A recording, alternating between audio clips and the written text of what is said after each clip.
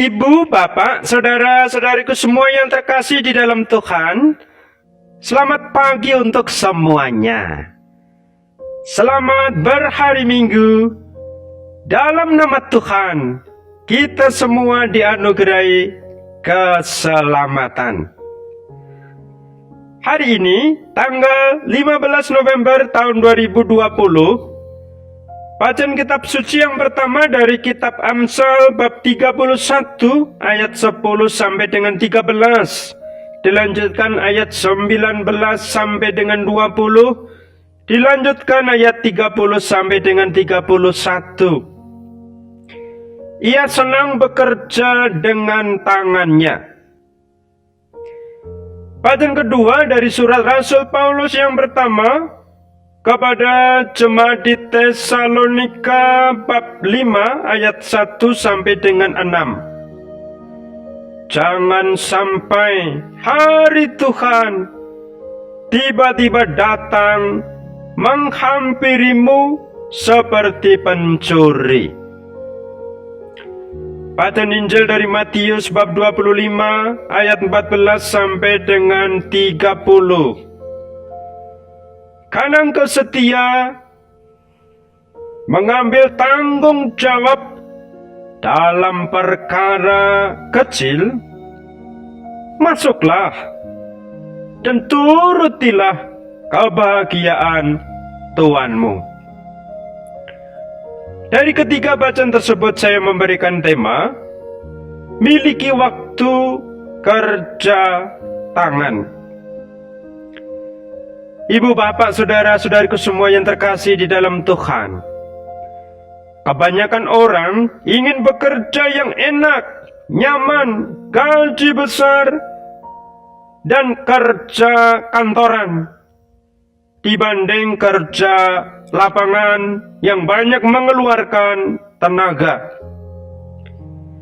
Kerja yang tidak berpanas-panas, tidak kotor, tidak berbasah-basah yang diinginkan, apalagi yang dilakukan dengan mudah. Kalau bisa memilih, inginnya memilih yang seperti itu. Namun dalam kenyataannya ternyata tidak selalu demikian. Dengan sulitnya lapangan pekerjaan, kerja yang sesuai dengan bidang pendidikannya tidak mudah. Kalaupun ada persiapan yang baik, tapi persaingannya sangat ketat dan banyak orang mencari sehingga tidak selalu mendapat apa yang diharapkan. Apalagi di masa corona ini, justru banyak pekerja dirumahkan atau diistirahatkan sampai waktu yang tidak tentu. Atau kalaupun harus kerja, tidak lagi mencukupi untuk kebutuhan keluarga. Mengingat ada yang dalam satu minggu hanya bekerja satu hari, sehingga gaji tinggal 20 atau 30% dibanding waktu sebelum pandemi. Jadinya untuk bertahan menerima situasi itu harus mencari pekerjaan lain untuk tambahan penghasilan. Karena itu perlu kiranya kita mengubah pola berpikir tentang pekerjaan. Apapun pekerjaan asal dilakukan untuk tujuan kebaikan dan untuk kebenaran, mari kita terbuka untuk berani menerima. Barangkali baik orang belajar untuk tidak memilih-milih pekerjaan kalau memang untuk maksud baik. Kerja tidak selalu harus dengan kenyamanan. Jadi pekerjaan sulit harus berpanas-panas dalam lingkungan yang biasanya kotor, kerja yang harus disertai dengan keterampilan dan ketekunan, ya sebaiknya perlu dicoba dilakukan. Apalagi pekerjaan yang dimaksud jelas-jelas untuk kebaikan banyak orang, sekaligus juga sebagai bentuk ungkapan ibadah kepada Tuhan. Sudah sepantasnya dicoba agar menjadi bentuk kesaksian iman. Ibu, bapak, saudara-saudariku semua yang terkasih di dalam Tuhan, kerja tangan, istilah kerja yang memakai kekuatan otot, orang juga menyebut kerja kasar, bukanlah pekerjaan hina. Selama pekerjaan itu tujuannya baik, caranya baik, siapapun pantas juga melakukan. Bahkan orang yang biasa kerja di kantor yang nyaman, tidak salah juga bila melakukannya, entah untuk variasi, untuk menggerakkan badan, untuk bertemu banyak orang karena harus ke lapangan, untuk menyalurkan hobi, atau bahkan karena untuk mencari tambahan.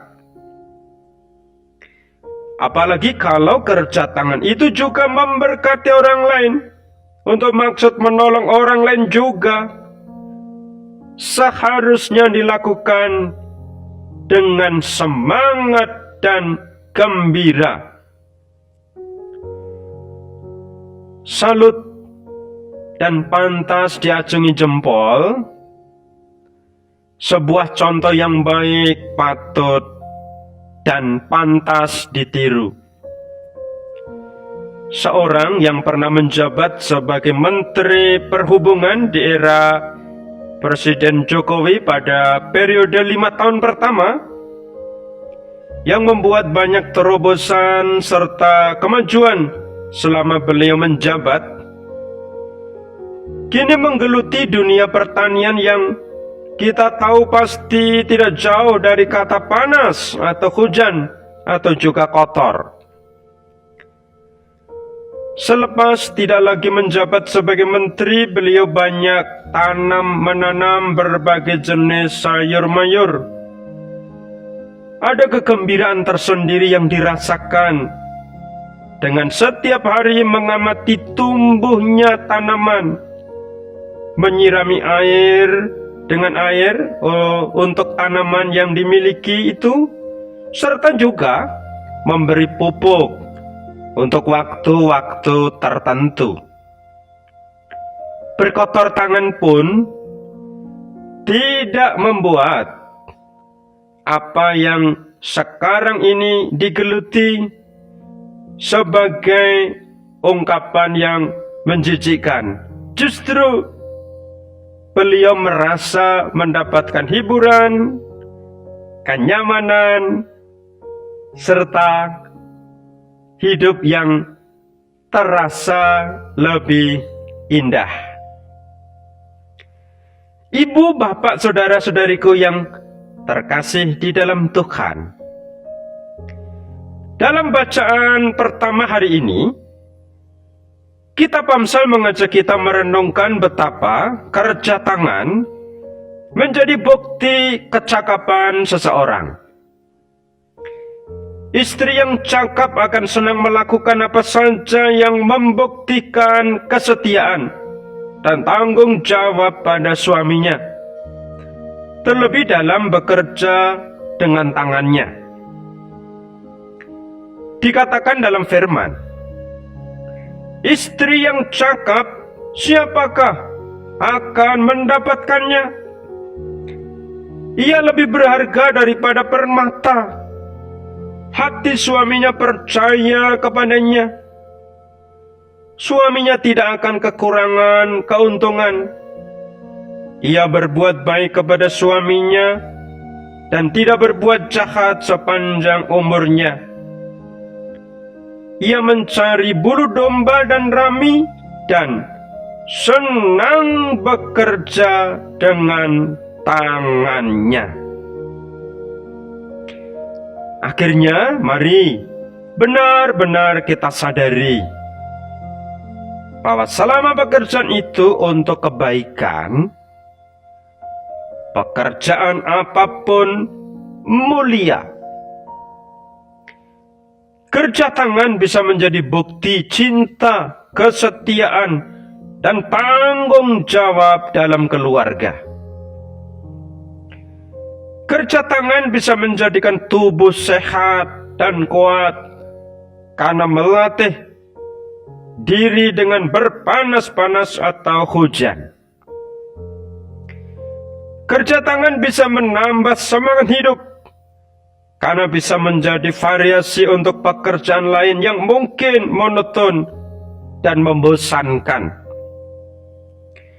Kerja tangan yang pasti bisa untuk memuliakan nama Tuhan. Mari kita semangat dalam segala pekerjaan kita. Salam kasih dan doa dari saya, Romo Petrus Trimargono.